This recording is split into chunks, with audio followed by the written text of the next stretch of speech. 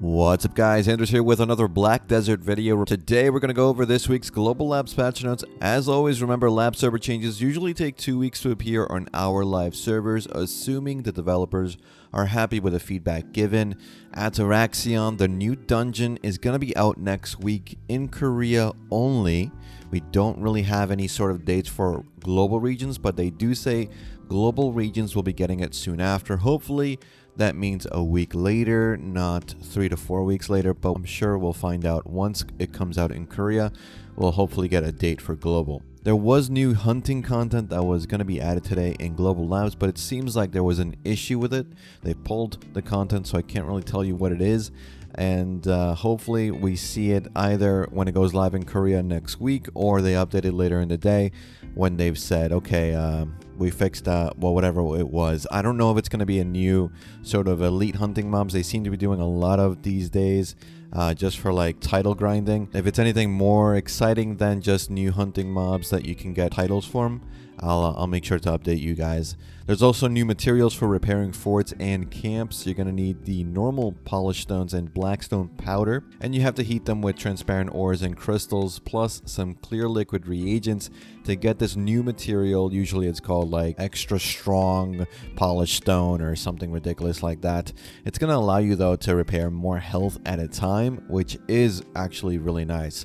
Speaking of health repairing, the HP of all Node War buildings have increased as well, so they're going to be a little bit more difficult to destroy. And that's pretty much it for the Global Labs. But before I leave you, I did want to talk about a couple of things that I found when I went to the quarterly report from Pearl Abyss. They do these every quarter so investors can see how the company is doing, how much money it's bringing in, and what its projections are for the upcoming quarter. It's very standard, but for gaming companies, it allows us to see what their focus is going to be for the future and what Pearl Abyss is thinking in terms of how well it's going to be doing. Now, first up, there's 3 things I want to talk about. The first one is Black Desert Mobile no longer bringing in the lion's share of the revenue like they did last year around this time.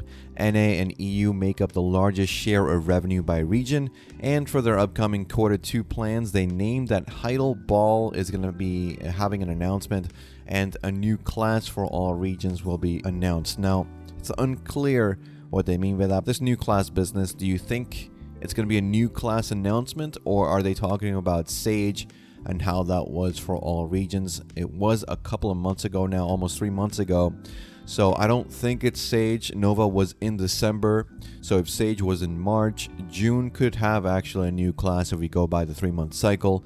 That's a lot of classes putting out in a year, but they said they want to put out as many classes as possible for, income reasons, or they've seen that as a piece of content is really strong for the game to bring numbers back in. Numbers are a bit down around this time of the year, so maybe they're trying to figure out a way to bring players back in when a lot of other things are happening. The NA and EU being the largest share of revenue is common knowledge, I think.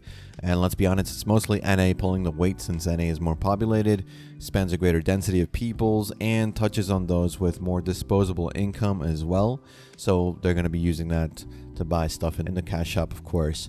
As for Black Desert Mobile, no longer bringing in the big share of revenues. I've seen players suggest that this is because, BDM went full pay to win, it's not fun anymore. I think it's a little bit more convoluted and more complex than that. It's hard to simplify it in just that way, in my opinion. So last year, a lot of companies have these skewed revenues due to COVID-19. So some companies suffered, others actually boomed. So mobile gaming, at least in Asian regions and in Korea, tend to be done on a commute. With restrictions in place, commuting kind of tanked, and less people are playing mobile games because of that. That's one way of looking at it. That's the way I see it.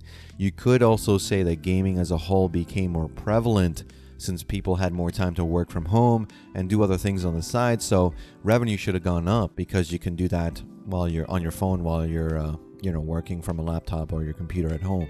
I don't think it's as clear as BDM became just too pay to win. That could be part of it, but I'd like to know what you guys think about these things as well. And that's pretty much it for this one, guys. Let me know what you guys think about today's video in the comments down below or over on our community Discord.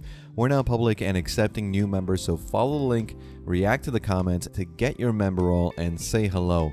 Remember to like and subscribe if you haven't already, and hit that bell icon to get notified when I upload my next video. Remember, bell is good. As always, guys, thanks again for watching. Thanks for listening. I'll see you all in the next one. Take care.